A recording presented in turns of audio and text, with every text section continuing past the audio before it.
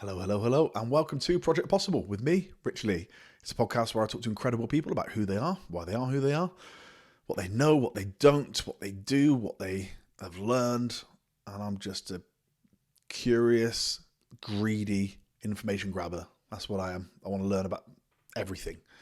I don't know anything relative to the vastness of what there is to know, and today's episode is an eye-opener.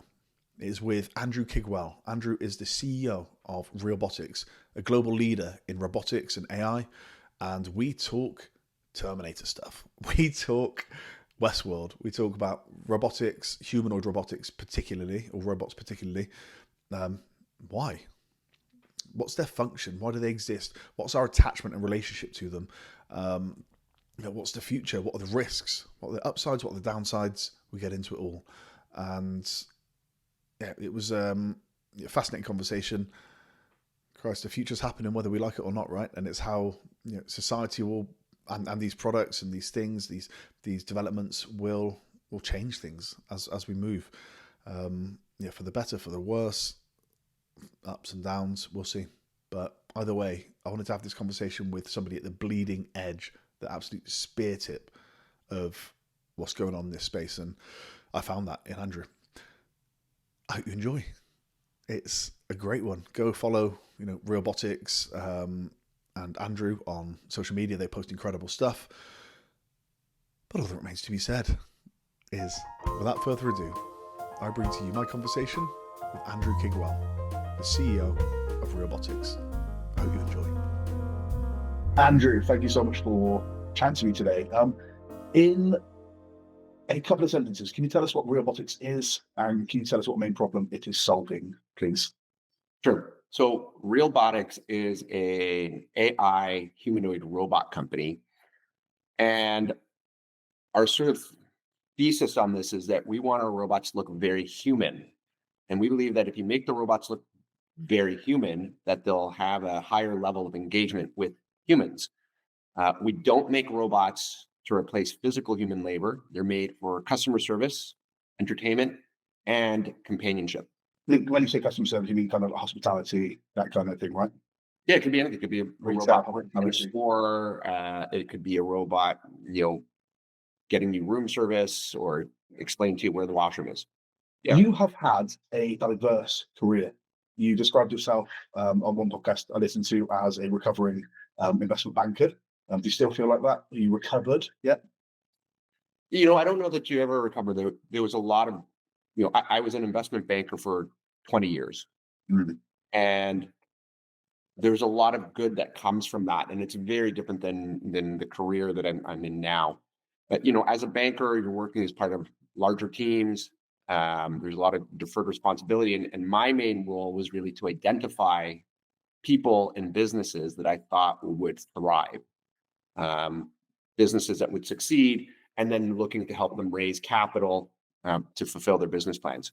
I think that actually taught me a lot in terms of what happened after my career, after I left banking, because I was able to sort of look at things and be like, okay, I can see that people would have interest in this. I can see growth. So I'd say it's a strength I developed as a banker is maybe the ability to connect the dots quickly. While I was a banker, I got really interested in Bitcoin. And I went at the firm I was working. I was a real estate banker, but I liked tech. And so I convinced the firm I was working with to start a blockchain group where we would finance blockchain companies. Now today, you think about cryptocurrency, it's pretty much in the mainstream. But when I started doing that and looking into it, it was 2016. Right, okay. So 90% of the population hadn't heard of it. And for the 10% had, 9% thought it was, garbage, and 1% were believers. And so I started off in this is garbage, and as I did more research, became a believer. And through that, again, having capital markets experience dealing with public market investors, I said, why don't we figure out a way to create a vehicle that investors from the public market can invest in to get exposure to Bitcoin? And that led to the creation of Hut 8 Mining, which is at the time, one of the largest Bitcoin miners. They've recently, and that's been a big success, they've recently done a split where they've moved the assets that I had primarily oversaw the creation of into a company. And then the remaining piece is more the power generation and delivering electricity to the businesses in AI and in cryptocurrency mining. It's a complicated history, and I have not been involved in the business for a couple of years, other than to sort of cheer them on from a distance. I've always been a fan, and I love that the legacy of what I had created is today on the NASDAQ with combined value of these businesses over $10 billion. And so while I cannot take any responsibility for what's been done in the last 2 years, I certainly feel a lot of positive for what I had created prior to that. The reason so that led me to tokens.com. So go back to 2020, there were a few things happening. Number one, we had accumulated a large stack of Bitcoin on the balance sheet. Yeah. And one of our shareholders, which was a company called Bitfury, wanted us to sell all of it to buy their equipment, which was largely very outdated. Created a bunch of tension, and that coincided with me getting engaged again, and also having some health issues. I think I just wasn't taking care of myself. When you're always on a plane, you're running around. Yeah. I just didn't feel I was paying enough attention to myself. And so what I did is I just went to the board. I said, look, I feel like I've contributed as much as I can contribute here over the last few years to this business. I'll stay on for, the next 6 to 8 months, but, I would like it if you guys found a replacement. They came back to me. They wanted me to stay on as the chairman, but I think I needed a break. Sometimes you're so in the middle of something, and then COVID hit, and I think everybody's mindset on the world changed and what was going on. And so I've just done the same. I sold my PR agency at 10.5 years, been working in PR for 18 years, sold it.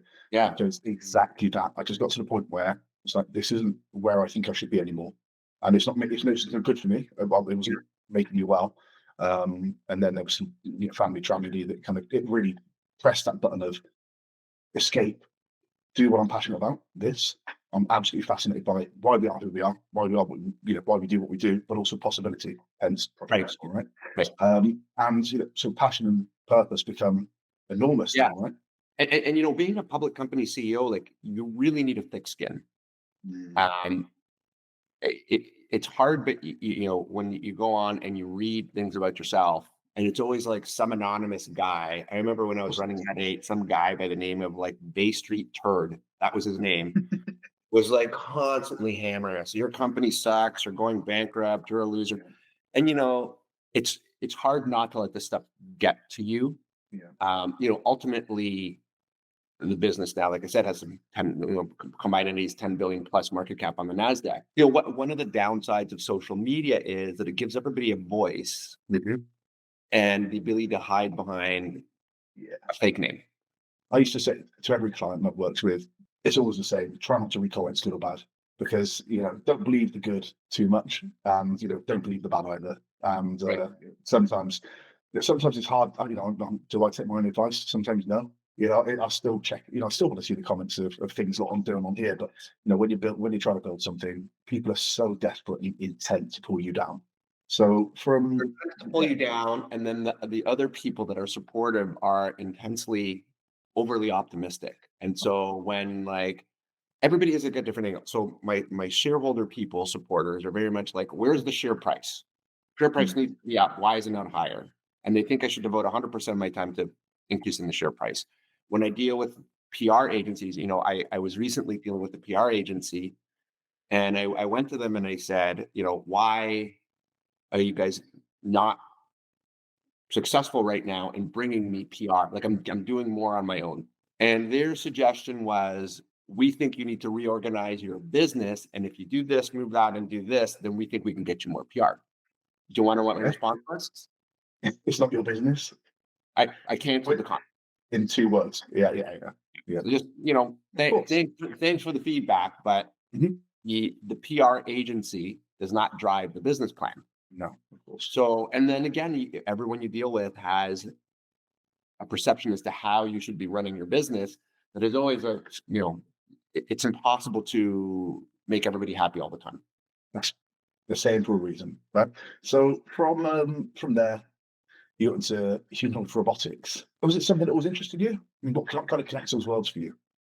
No, it's not something that always interested me. So Realbotix is not a business that I founded, but I run it. It's largely like my growth vision, but it's, you know, as I said, I was an investment banker, not an engineer. Mm. I'm not a Yeah. dev, but I saw this business privately when it was very small, Mhm. and I had a vision as to where it could go. Right. And so at the time, the business was looking for capital and some leadership. And so that was a good way of, some synergy between us to get me involved. And it was one of those things, this is, right now there's an AI robotics craze. But when I saw this, like, 3 years ago, there wasn't the similar method. I was just looking and I'm like, this is wild. There's something here. There's a seed here of technology that can grow to be much larger. And I could see the use cases. I could see that it would be something that would get people excited. And that's what drew me into getting involved and jumping, say, okay, I'll take this role at the helm of this ship. No, it makes perfect sense. I guess when you looked at it, and obviously in doing research for this, looking at kind of timelines and when it was real dolls and how things have moved over time. One of the use cases that obviously is the most headline grabbing is the kind of sex doll aspect of it, right? And I think you've done a great job of taking it away from that. Even your description at the beginning as to what robotics is and wants to do, and what problems it's solving. Was that something you were intent on moving away from? Yeah. So, when I saw the business, in speaking to Matt, who was the founder and the visionary, I think we both wanted to move away from that part of the business. We saw the broader appeal, but also in terms of, taking it from being, you sort of use the word sex and transitioning that to the word companion. Like, Mm. ultimately, people don't need to spend a ton of money to get laid. No, So right. not the kind of money that a doll or a robot would cost. But I think where people are willing to spend money because it leads to a longer life and happiness is in companionship. It's about mental well-being. And you've seen almost every single longevity study that comes out now. It's got, there's three main pillars to it. One is how you eat, getting a certain amount of exercise. Three, your social circle. Mhm. Having a strong social network is a key to a long, happy life. And not everybody has the ability to access that. So, okay, so let's think about it in terms of attachments. An attachment can be formed to something if it triggers the right hormones or whatever in your body. So that would be like dopamine, serotonin, endorphins, and I think there's one more. The ability to use something physical and attach it to an AI that is smart that can trigger those things in your mind is able to form attachment. And so for some people, like I look at my kids, they're attached to their stuffed animals.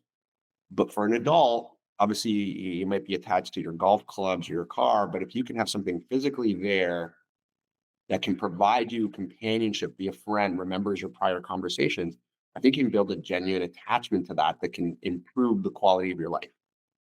So do you think that attachment is true connection, or do you think you're just replacing connection with something that feels something like it? I think it's true connection for the exact same reasons I said. Connection is not like we're physical beings, but connection is based on with a human or with a non-sentient object. It's based on these things that are happening in your brain. It's based on these, like I said, dopamine, serotonin, endorphins, all these things that are occurring that create that feeling. Now, whether you're creating that feeling through an artificial being, an AI, or through a human, it doesn't matter. It's the same cause. It's the same effect on your brain and on your body, whether it's real or not real. So yes, it's real. And Is it? let's give a different example. If you were getting a massage, if it was being done by a machine versus a human, is one less real than the other? The ultimate effect is still the same, right? And so what I think I'm getting to is that these emotional triggers in your mind that form attachment, as long as those lights are being turned on in your mind, it doesn't matter if it's coming from a human or an AI. It's interesting. So do you feel like you form true connections with Aria, or with your robots? Well, sure. I have a certain to me, I've helped develop her personality and how we sort of use her as a brand ambassador. So yes, obviously, in my mind, she, and you can if you read my my social media, I always talk about her and treat her as if she is, a sentient being. So yeah, for sure. But So but I it's still heard the, I, that big of a stretch. Like a lot of people talk that way about their car, like you're right. or other objects that obviously are soulless. I think in this case, though, we're elevating it because there's an actual personality there, right? Mm. Like when we have Ari in various places, I'm always like, "Hey, again, a different should be giving her a break. We don't want her to overheat. Is is there too much going?" So we do treat her with a lot of respect, similar ways that we would treat a human. But that's a different question we were saying before. But I don't use. I've got, as I said, I've got 4 kids. I'm not the target market, but I can see that. And so about a quarter of the world is considered to be lonely, and loneliness leads to depression, can lead to suicides. Yeah. It lowers your immune system to develop things like have a stroke, cancer, Alzheimer's. There's various things that loneliness can negative outcomes to it. And so I think we have an assistive tool here for people.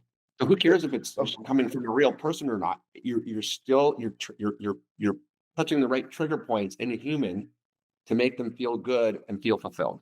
I mean, you've described robotics as making the most realistic robots on the planet, face expression wise and all those things. But what does realistic mean to you? Is it look, feel? Is it that emotional believability? What does realistic mean? Well, it's a combination of all those things. Because of the history of the company and sort of more adult companion dolls, we've developed a synthetic skin it's probably the best synthetic skin in the planet. It feels real, it looks real, and that is 25 years of careful crafting by Matt to get us that skin. So that's part of it. Number two, because our CEO Matt is sort of the guy, the creative person behind this, because he comes from an artist background. He's not an engineer, he's not a dev. He's an artist. And he views everything through the eyes of an artist. And so when we're creating the facial expressions, he is like, how would a human do that? What can we do Mm. replicate a human expression? And as we're integrating in our AI, we are also thinking about that with respect to what looks and feels most human. And it's the combination of all those things. It's the AI, the hardware, and the artistry. And the fact that every time we build a robot, there's a sense of pride as artists that makes our robots the most human in the world. There's companies that probably make better AI. There's some companies that might make a more human looking robot somewhere in Asia. But I think it's the combination of all those things that makes them feel most human. But who's buying these right now? We're still an early stage company on the robotic side. The first time anybody ever saw one of our robots was at the Consumer Electronics Show in Las Vegas this year. Since then, it's been a whirlwind. I've not spent $1 on marketing or advertising, but the highest level of interest is coming from what I would call enterprise clients. So this is some of the largest companies in the world, businesses that deal in hospitality. So anybody that deals, obviously we say our robots are great for human interaction. So anybody that deals in public facing environments. So we recently put a robot in Times Square for the grand opening of a new electronics store. We just left the robot there for 5 days, not through the night, obviously, but facing the street at night. And it would just engage autonomously in these conversations. Nobody else is doing that, by the way. Nobody else has the same level of confidence in their robots that we have to carry on a conversation and act autonomously. But we're seeing a lot of interest from people like that. We've recently sold a couple of robots to one of the largest telecom companies in the world. And we're seeing a lot of interest from like computer companies, hotels, casinos, places like that. I can absolutely see it in a hotel. So if you think about somebody on the reception at a hotel, and you doubtless have, they're probably doing the same 15 to 20 things, not on loop, but at some point during the day, in exactly the way that your bust could. And let's I get into that. Is you've got 3 different models right now, if I'm right. Yep. You've got your bust. Can you speak to that for us? We really created the bus as an entry point for people that you can add a body to later. And really it's just, from here up. Mm. And it has the same AI capabilities as the other robots, but obviously just limited to a head on a pedestal that you can put at a desk. So we've had some people order those who are just like lonely devs and engineers who are sitting around somewhere. They live maybe in small towns or they're not in big cities and they're just lonely. They want a friend there that they can speak to and turn to and like, oh, what do you think about this? And oh, did you see who won the World Series last night? So there's a bunch of sort of conversational aspects to that.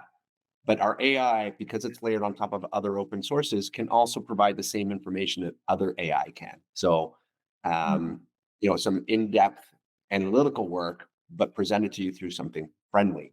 And then obviously, as you scale up, we have the full-size robots, and then the sort of our premier robot would be the one that's on a wheeled platform that can move around a room. And then our middle robot is stationary, plugs into the wall.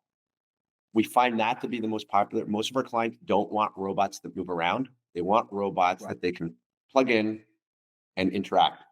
And back to your point as to like what some of these use cases, I think it's more than just repetitive tasks. Think about our robots can work an entire shift all day, 24 hours a day, no breaks, no unions. And yes, some people will not like that, but I think it creates other better jobs on the other side. But with respect to that, it can do it in any language. An example, we had a robot in a mall in Las Vegas working for a ticketing agency that would sell tickets to shows like the Cirque du Soleil or the Michael Jackson tribute show, things like that. The robot had the knowledge in it where you could walk up and say, oh, hey, I'm Rich. I'm here with, a couple of my kids. This is their ages. What do you recommend we do? The robot's like, I recommend you go see this show or this show. Here's why I recommend this. Here's why I recommend that. And you're like, great. What's the ticket cost? The tickets cost this much, and they range from here to here. What's the difference in the seats? What's the availability? You can have this entire interaction, and then it can actually process a ticket purchase for you, right? Here's the kicker. It can do it in any language. And so if you walk up to the robot and ask the same question in Mandarin, Cantonese, Spanish, French, or English, it will be able to answer you. That's a huge, huge, huge advantage. And providing information that a human would have difficulty responding in, we have 100 plus languages, but also the ability for it to access that information accurately is just not something a human can store in their mind. Like, okay, what's the ticket availability? Let me go onto the computer and check and get back to it in a couple of minutes. Well, another one, we were talking to one of the casinos, and what I had suggested to them was if you put these through the casino and we can actually integrate in their booking process. So you could walk up to a robot and say, again, how do you play blackjack? And you can ask the robot in Spanish. It will communicate to you in Spanish in an AI. So it's not just a repetitive, here's how you play, but you could be like, oh, can you explain that to me again? Or can you explain that rule to me in a different way? It's a conversation. And then at the end of it, the robot can be like, and by the way, if you want to play, there's a table right there. And while you're at it, can I book a massage for you? Is there any room service or anything else I can do to help you? And it can actually book you a massage, room service, even understand where the entire layout of a resort is and tell you, where's the swimming pool. So that's wonderfully, I guess, informational. And there is, there's certainly for planting to it. Can you imagine the time where you're creating robots that are croupiers at the same time, and able to be functioning in that way? Obviously, they don't need to. You said that most people don't buy one that moves around on like a Roomba kind of axis, so they're stationary. They can presumably do the job of a croupier in much the same way. Yes, yeah. And by the way, one of the things that I'm learning here, a lot of the other robot companies that are out there, there's a lot of smoke and mirrors. It's what we're sold on the internet. Well, what was that interview with Jimmy Fallon? Or was it Jimmy Fallon? Or there was an interview and it was very pre-programmed. Which robot was that? The one where they basically had to script it. They had to ask all the questions that they were going to be asked. Yeah, and script it ready for those questions to be asked, and editing and all sorts. So yeah, which one was that? Can you remember? I don't remember. I mean, there's fake stuff all over the internet, AI generated. But we were. I'm not going to name the name of the company, but we were at a conference recently with one of our, robot competitors, and I've been to a few. Here's things I've noticed.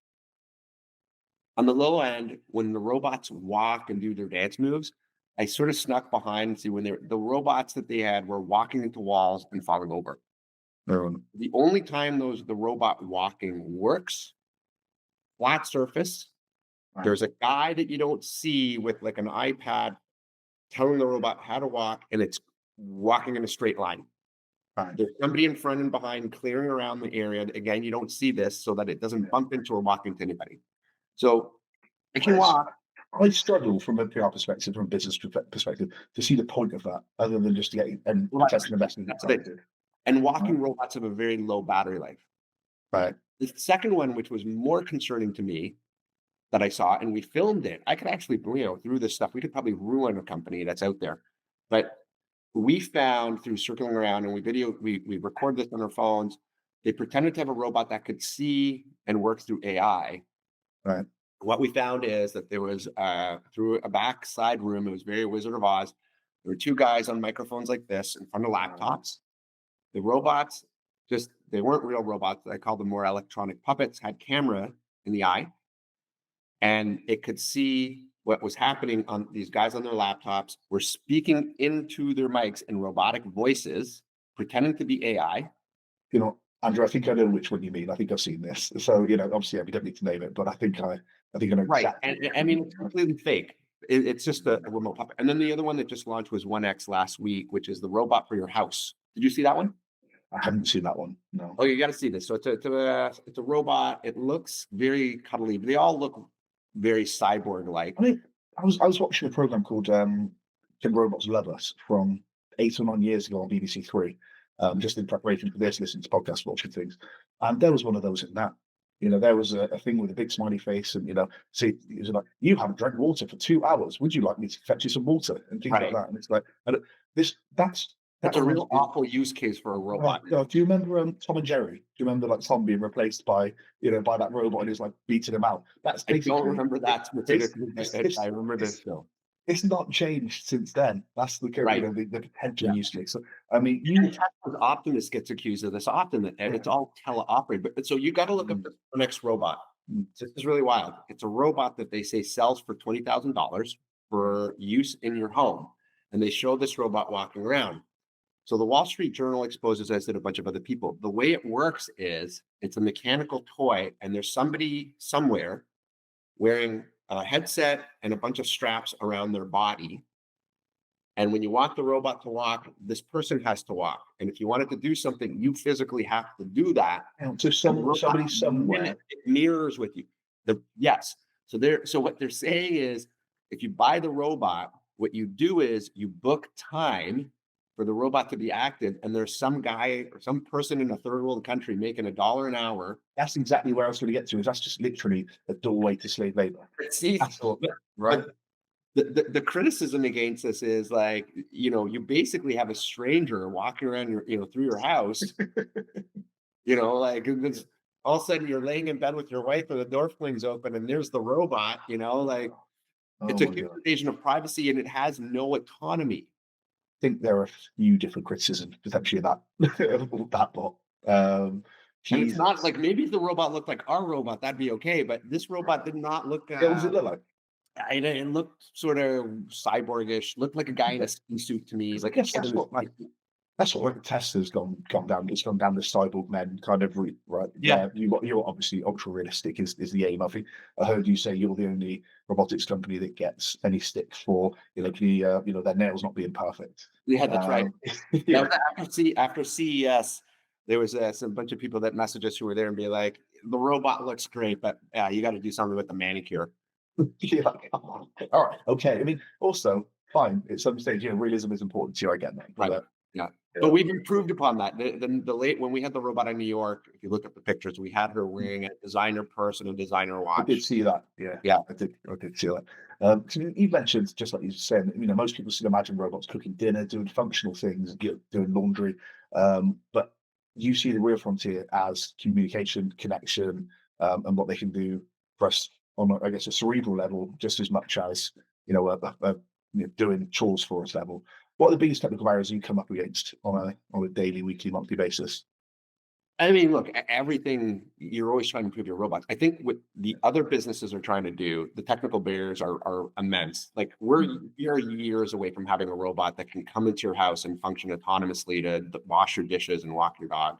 Yeah. For us, the next step that we're working on quite intently is we want the hands to be more have more dexterity.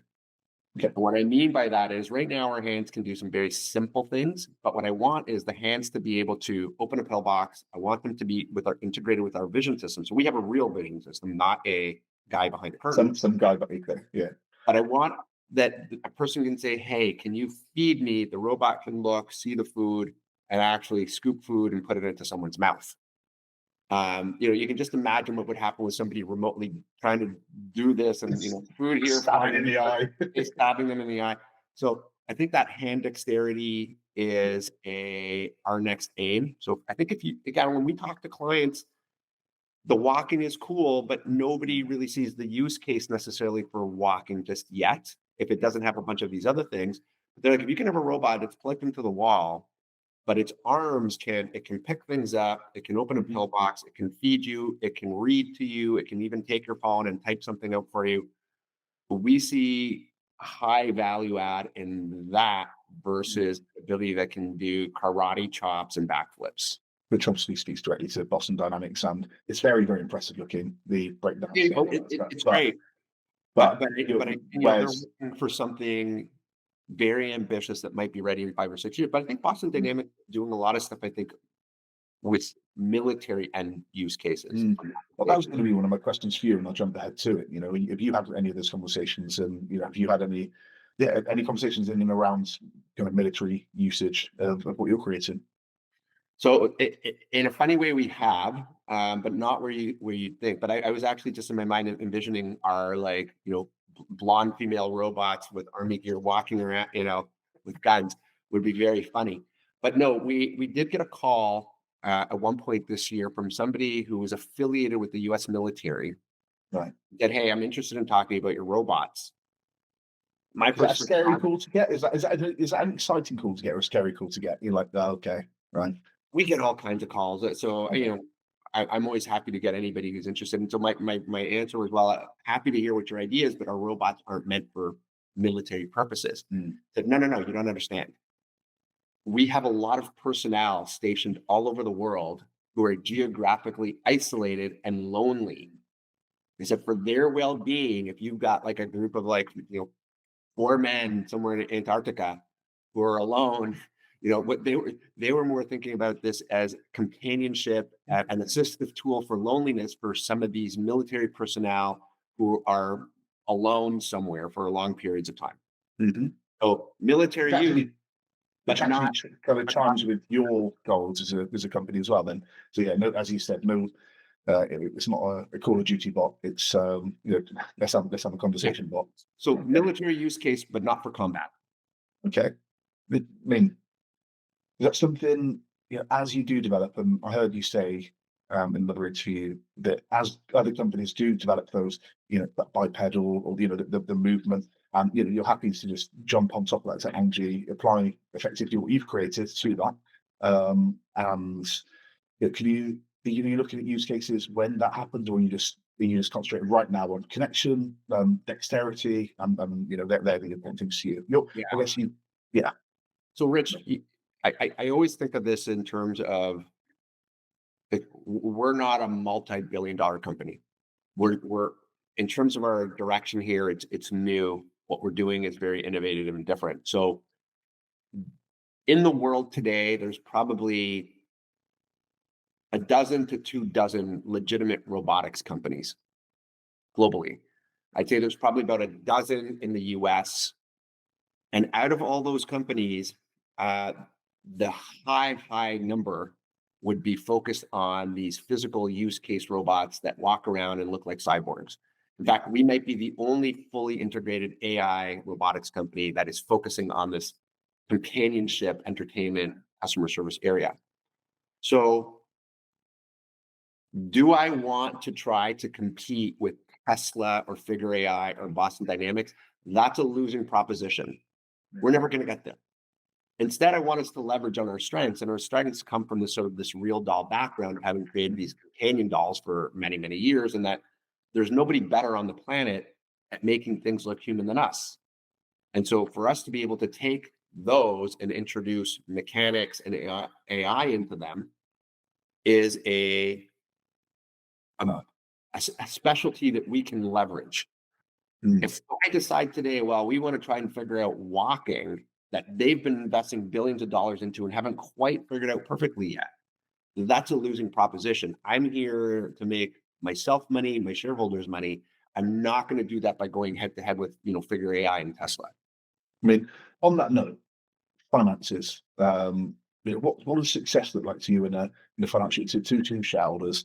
Your robot sell from, was it 20K to $175,000? Is that right? Was it big ballpark? We've actually lowered the price of the most expensive one now to 125,000. Right. Okay. So, you know, who obviously you're talking. There's a broad core market, and it is use case by use case. But enterprise is a big thing. What does success look like in terms of this financial year? Right. Success, is measured in a lot of different ways. As a company, what I view success as is, number one, we're proceeding down a path that really nobody else is right now. You I think some people are experimenting with it. Even, Sam Altman from ChatGPT said they're going to start experimenting with more companionship adult type use cases for their AI. Right. We've been doing that for a little while. Success to me looks like adoption in the target end markets. And so in 5 years, I would like to see Realbotix robots in schools, hospitals, shopping malls, casinos, hotels. That is what success looks like to me, where we're able to mass produce and sell thousands of these a year at a profitable clip to make, shareholders money. And I guess that's the importance of moving away from, maybe what the company was, because selling one, dozens, hundreds to insert segment of population here does nothing in comparison to selling, as you say, thousands at that much, at a huge hotel chain level. So to touch upon that, and I'll tell you, I'm of mixed mind. So we do have these two subsidiaries. We do have this subsidiary still, which has what I would call more of a companion robot at a lower cost that is capable of some physical intimacy. Right. We don't throw that up there at the forefront because it does turn some people off. And so the plan is that, number one, I think the end use cases for these things are equally large, whether it's on the enterprise side, so whether you're talking hospitals, schools, and shopping malls, huge market. Whether it is somebody who's looking for something a little more intimate, lower cost, more adult-based AI at home, huge market. So the idea for me is we'll continue to split those companies into two and eventually create a more formal division between them where we can leverage the technology between them, but that we're not holding back one business from succeeding. And so, again, I view them as more like companionship type robots. They're about well-being, emotional support that do have that capability of some physical intimacy versus the other robots, which have no capability for physical intimacy and are meant for more of a shopping mall type experience or a school. And so I think in order for those two businesses to succeed, they need to be separated out in a more formal way. Is that something you're going to do from a branding perspective? Yes, we're already doing it. We've already initiated doing it. But can you say what you've got different names for the different parts of the company? Well, Realbotix is the enterprise solutions, and then obviously we, through RealDoll, we'll probably look to start marketing next year to something. Okay, so it'll still be RealDoll. Yeah, it's got a brand that's been around for a long time, and prior to me coming in, it had some sort of inventory delivery issues. But I think we can leverage that brand and pivot it to be less about sort of this something that is people high towards something like, hey, this is something that can be used for a lot of positive causes. And like I said, it's probably not the best name for what we want to do there, but because there's already such a huge following and knowledge base business, I think we can leverage it and something to build on. Yeah. Do you think that there are people born today that will never have a human relationship? Yes. Well, sorry, what do you mean by human, like romantic relationship? Human, physical, intimate, romantic relationship. So Yes. a partner. You do think so? Yeah, I think it's already. I mean, we have some clients who have bought, and one client in particular that I recall, and he quite openly has a relationship with his robot AI, and he's very happy. And he is like, hey, the AI is so sophisticated right now that, again, it goes back to what we talked about earlier. if within the human mind, you're turning on the right switches, the feeling that you get, the feelings of joy or whatever are equivalent to that of a real human, then for them, it doesn't make a difference. So I still think we're going to have relationships. But I mean, this is a problem.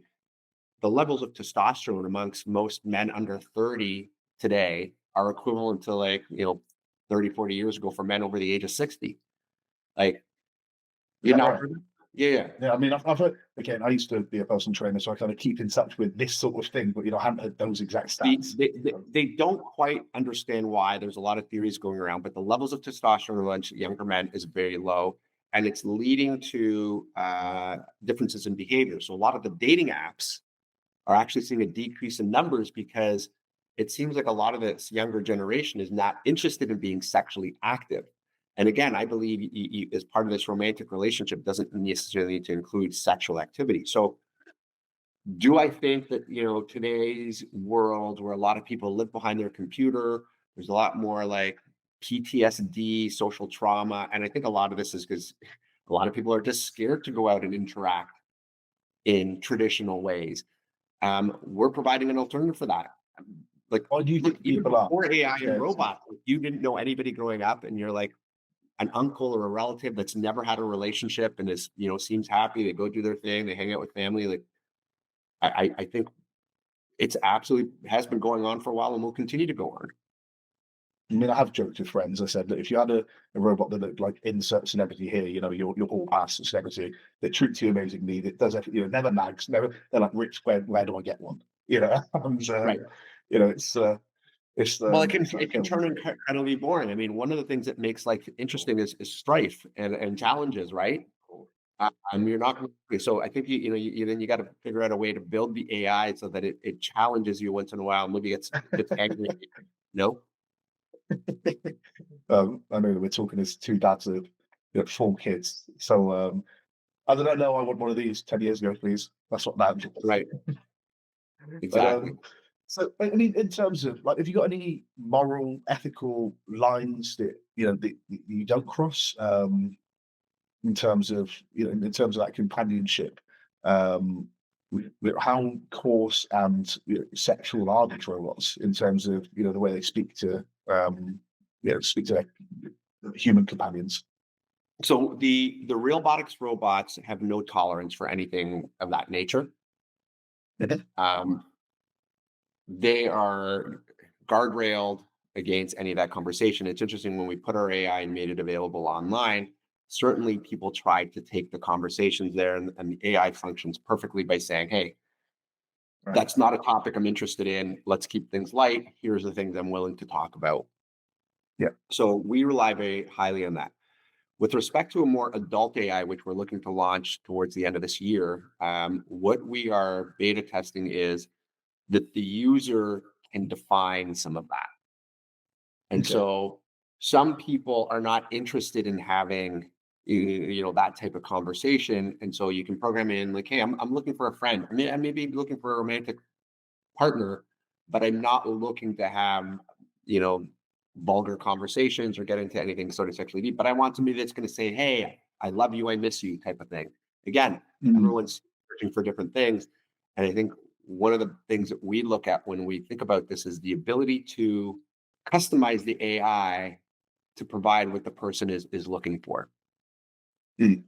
Including somebody might say like, hey, I want a personality that feels a little more challenging. And maybe somebody might say like, I want a personality that's going to like almost like a real partner, which is, get angry at me once in a while if I say or do something it doesn't like. I guess an obvious moral line to cross potentially then could be if somebody said, hey, I want a partner that's a tiny bit more childlike. How do you safeguard against that kind of like, I guess, eventuality? Well, I mean, better a robot than a human, right? So that's kind of what I'm trying to get to is I think we're potentially, preventing serial killers from being, developed. But, we talk about that in the weird stuff, but, I think the broader market is just people who are like, we talk and people who are, 75-year-old widowed man who doesn't quite have full mobility. He's not going to go on Tinder and start doing coffee dates every day to find himself a partner, right? His end goal is not a sexual outcome. It's a relationship outcome. And so if you can provide some for someone like that, someone to talk to that remembers them, that they can interact with, certainly that benefits their life. Like I said, at that age, your options are limited. Again, sometimes we sold a robot to a family that has a 30-year-old autistic son. And that person on the spectrum has a hard time communicating in traditional fashion with people, but really likes AI. And if they can have physical AI, again, for friendship purposes or a mentor, so, whatever, that is appealing to that person, and it benefits, or it makes the quality of their life better. I think that's where our focus is.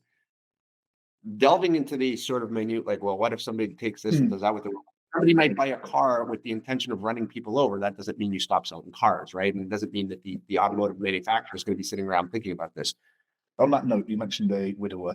You recently showcased a celebrity RA twin of Suzanne Summers, somebody that I actually only learned of because obviously being British, Freezer Company wasn't a thing really here, or certainly wasn't for my age demographic potentially. But that throws up all sorts of interesting questions. Do you remember like when they did the 2-pack hologram 15 years ago, or whenever it was? And it throws up all sorts of, whoa, is that cool? Is this cool? Is it not?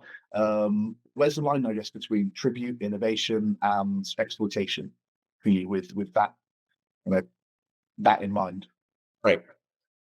We wouldn't ever replicate somebody without, express permission from their family, or them, if they're deceased, their family or them. I think it really depends on the use case. So, would somebody who's widowed benefit from having some kind of an AI recreation of a loved one?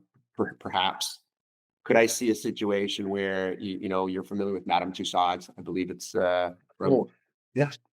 So would there be a benefit to having something similar that was filled with robots of historical figures that look like them, and you could walk up to a Winston Churchill and say, "Tell me about your life. Where were you born? What was your role in the war?" Things like that. That could be educational. I'm on your side here, Andrew. This was my conversation with my partner before coming onto this tool, and I said that's an exact, perfect, brilliant use case for this because there's so much. Winston Churchill's a great one because obviously he's got so much that he's written and has been written about him. So from an AI knowledge-based perspective, there's just an enormous amount there. John Lennon or Muhammad Ali, like there's a lot of people. You could have a museum of the 50 most interesting people in history. You go there with your kids, and you can ask questions and see them take pictures. I mean, I would take my kids to something like that. Me too. I mean, it's difficult to see what the line is between tribute, waxwork models, and why that is an issue. I guess as you said, if you've got express permission. So there are some levels of exploitation. Obviously, like I said, we wouldn't do anything without permission. We wouldn't put a crazed boyfriend and create a replica of his, the girlfriend that has a restraining order against him. So I think it's similar. Have you seen that Black Mirror episode? Be right back. Right, exactly. Black Mirror episode. But look, I think every situation requires its own investigation, and I don't want to ever be in a situation where you lay down rules. And there's exceptions to everything, but obviously we operate with the view of, like, again, we talked about, I have kids, you have kids.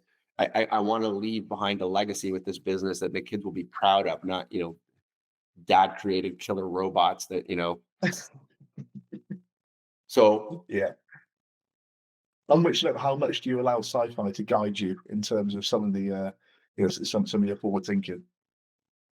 Zero. How many times have you watched Terminator since becoming the CEO of Realbotix? So have I watched? How many times have you watched Terminator? And zero. Not that way. I saw an interesting one I think it was called Companions or something recently on a plane that was kind of interesting, about a robot that looked human but didn't know it was a robot. I thought that was funny, but we're still so far away from the reality of those types of things, I mean, this is a very sound-bitey question, but how far are we from a Westworld in your mind? So it depends. I think you could create a really interesting Westworld right now, but it would be a little bit like going to Disneyland where you have these animatronics, right? I think to have a true robot that is indistinguishable from a human and can do all the things and walk around and all these things, I think we're still 8 to 10 years away. I mean, I've heard it said that AI is outpacing is developing at a quicker rate than robotics can right now. And That's robotics right. is kind of I playing. agree with that. There's a lot of engineering challenges. One of the reasons why we don't want to tackle the walking aspect, it's impossible to recreate the human body in its current form in an engineering sense, which is why all those robots have a human form, but you couldn't put pants on them. They don't have human proportions. They just have sort of a human form. Oh, okay. Our robots have human form. They can wear human clothing, and I think we're the only ones that I am aware of in the world, AI humanoid robots that can wear human clothing.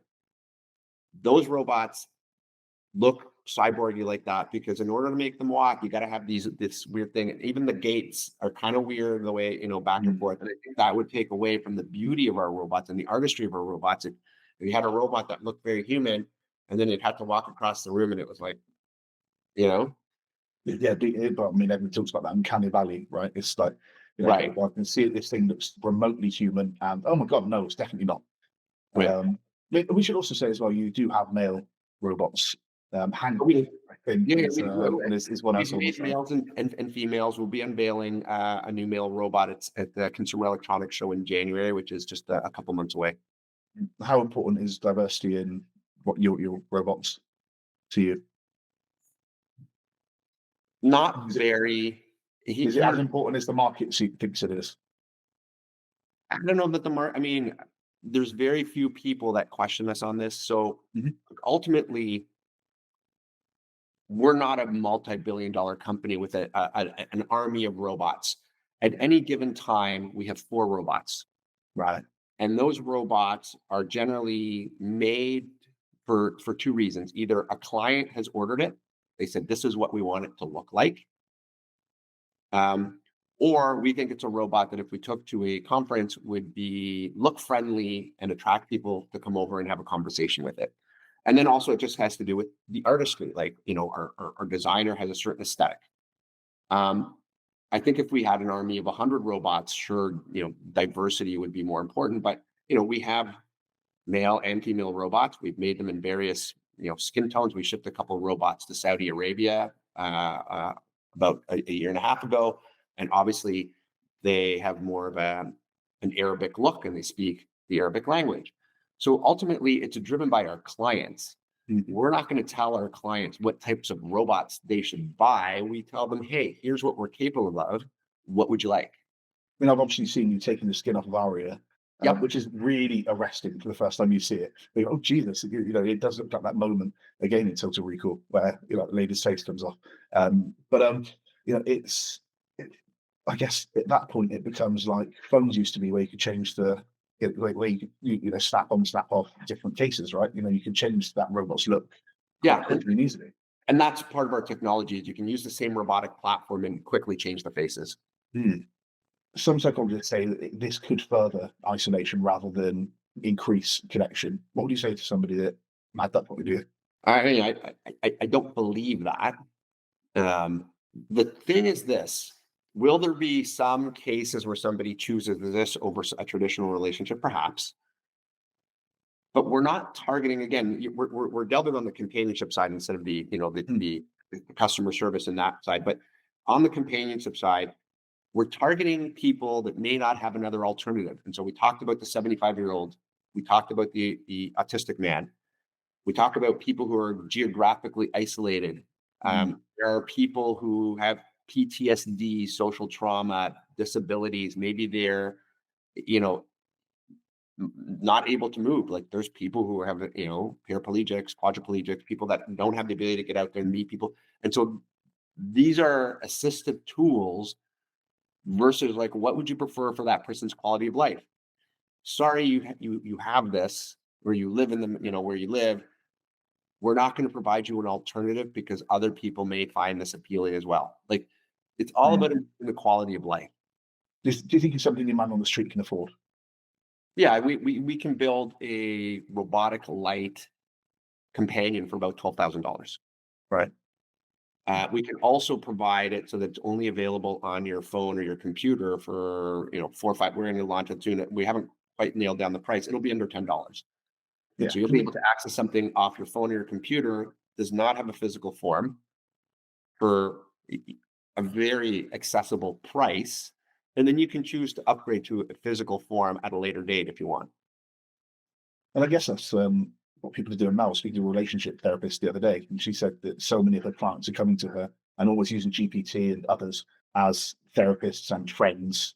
That's right.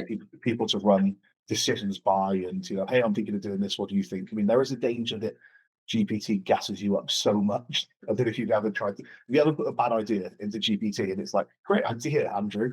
Right. Maybe think of it like this, and it's like. Harvard did a study recently. It came out this year, and they said that the number one use case for AI is companionship. Not that there isn't another 100 use cases, but the number one was companionship, and I think that speaks to exactly what we're doing. Which I think that companionship might be the largest market in the world for AI, and we're right now one of the only companies specifically focused into that area. Arguably the leader in the space. I think so. I don't see anybody else doing what you're doing, and that's why I wanted to have the conversation with you. And it's a fascinating area for me. I mean, another potentially headliney question is: at what point does a real doll become cheating in a relationship? I mean, I think we're getting into different questions. I think that something along the lines of infidelity is it's a social contract between you and your partner. Yeah. So it becomes cheating when your partner deems it's cheating. So I asked that because, again, I'm very aware of different sensibilities and the audience and things like that. But there are certain toys that are just absolutely cool. Have your fun, and that's not seen as cheating or infidelity. Is it when there are feelings involved? Is it when that thing looks human-like enough that used to be? I think everybody's different. Is a woman who uses a vibrator, is that cheating? There we go. So we can say the words, right? Okay. No, obviously not. Well, that's your definition. But yeah, exactly that. When I was single, I remember dating, and it's like, hey, if you're at a bar and you engage in a conversation for more than 1 minute with a woman, that's cheating. The line of cheating is defined by what hurts your partner. Yes. And so I don't think it has anything to do with whether you have this companion doll or not. I think it has to do, somebody might be like, I don't care. It's an inanimate object. And if it means my husband's bothering me less and happy and having a better quality of life, that's okay. Where somebody else may be like, hey, I'm offended by that. But ultimately, when you're dealing with the emotional area of infidelity, that is a social contract between you and your partner that needs to be figured out. I don't think that our products would fit easily into a category either way. Well, I think that's I guess why I asked the question is because it's so new. These aren't questions that have had to be asked before. Where somebody's got an incredibly large Well, I would disagree with you, and I'll tell you why I would disagree with you. So let's take an example that probably a lot of couples have had to do with. Is porn cheating? Again, to your point, only if your partner doesn't like it. If your partner says it is, then you might not like the answer. I think it's a similar line here. I don't think this is new. I think that the advent of the internet and now so with AI, is corresponding with your high school girlfriend on Facebook cheating. Like, again, it depends on where you go, and it's a fine line. We're not here to be arbiters of ethics and morals. That's up to the person at the other end, and everybody has a different definition of how they want to deal in their relationship. But I think porn and social media, to some extent, have already been asking these questions for many years that couples have to deal with. Like I said, watching porn on TV or on whatever. It's been around now for 20 years. It's not a new thing. And, while what we do is nothing like porn because there's no one being filmed and it's not necessarily sexual. In fact, in most cases, it's not. But I think these questions are being asked of relationships daily all over the world. Where do you see robotics in a few years' time? we're obviously in a speculative market. We're trying to build a new market that doesn't exist. Mhm. So, I would say we'll know in the next 2 years whether this vision we have will be successful and how successful. What success looks like to me is what I said before, is to see our products in malls, stores, casinos, hotels, resorts all over the world, hospitals and schools. The vision is, again, for us to use this customizable AI, customizable voices and appearance to benefit humans. And that we believe that having robots that look human instead of like cyborgs will make them far more interactive and easier to work with. What do you think the most human trait is in a robot that you've seen? Well, I think it's the ability to interact with someone. You've heard of the Turing test, right? Which is at Mhm. some point you can't tell it's a robot. So to create a personality on the robot that can sort of make you feel like, again, we go back to this companionship and the ability to use robots for therapy and company. The only way that works is if the robot can show some form of empathy and compassion towards you when you're having a conversation. What do kids think of what you do? They think it's really cool. Every time there's a birthday or something, I make sure I create a cool shout out for them. And yeah, Yeah. Have they met Aria and others? only virtually. Right. Okay. Because when you create the productions in Las Vegas, isn't it? That's right. And also having young kids, I don't want to risk having like my kids crawling on top of the robots and whipping Right. spaghetti at it. It's Yeah.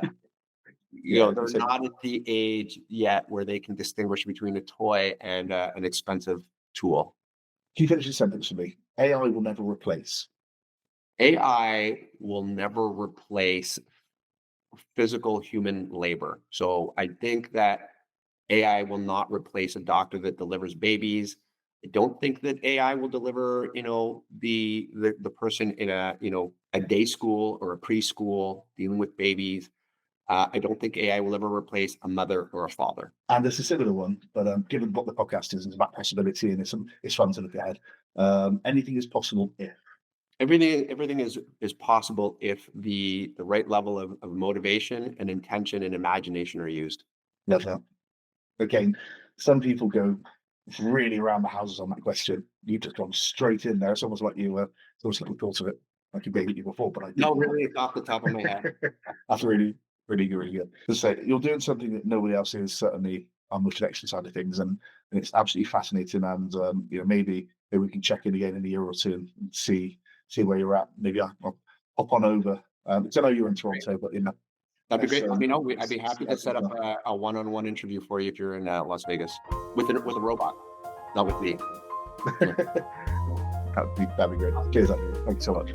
Thank you. Have a great night. And we're back. And are you terrified? Are you excited? Are you somewhere in the middle? Do you not care? Are you there? I hope you enjoyed. It was a fun one for me to chuck some thoughts and some future ideas and what ifs at Andrew, and for us to bounce those around. Andrew is passionate and, as I say, right at the frontier of this stuff. He's seeing it all and seeing the limitations and the exciting, and be that exciting limitations and potential of the of this technology. So really enjoyed that. Hope you did. I will be back next week with and continuing our theme of this being kind of Curiosity Month, Curiosity Gap episodes. Nahala Summers. Nahala is a kindness expert. What does a kindness expert mean? What does one do when you're a kindness expert? Well, Nahala was motivated by a personal loss to get into this field. And I don't want to give too much away about it, but it's a wonderful episode. And again, it's not just all lovey-dovey, let's all hold hands and sing Kumbaya. It's kindness as a capitalistic tool. Kindness as a that sounds awful, but kindness in the means of how and why. It's rule number one, right? The golden rule is treat others as you want to be treated. And she goes around the world teaching companies, people, organizations exactly this. Sports teams, how and why and where kindness should impact their, their policies and their structure and their processes. And it's not as wishy-washy as you'd think. It was a really, really wonderful, human, powerful conversation. So I loved it. I hope you do too. So come back for that one. Subscribe if you don't already. Do you know what? Again, I say this every month or so. Most people do not subscribe. You come back because you see an episode on social media and you think, oh yeah, no, I'll go. And if you subscribe, it gets delivered to you every single week. And that's on YouTube, Apple Podcasts, Spotify, where you can watch it too, if you didn't already know, and on all of the other podcast apps, wherever you might get yours. So subscribe, and it will just keep coming to you. And subscribe at Substack, projectpossible.substack.com, where every week I'll be sending you emails, and I might have already opened up into essays and things. I'm actually kind of batch recording my intros and outros because it becomes one of those things at the end of each week where I go, right, need to do that. So I'm trying to get ahead of all of that. But, all of this is a process. I am loving it. Thank you. Have a good one. Speak to you soon.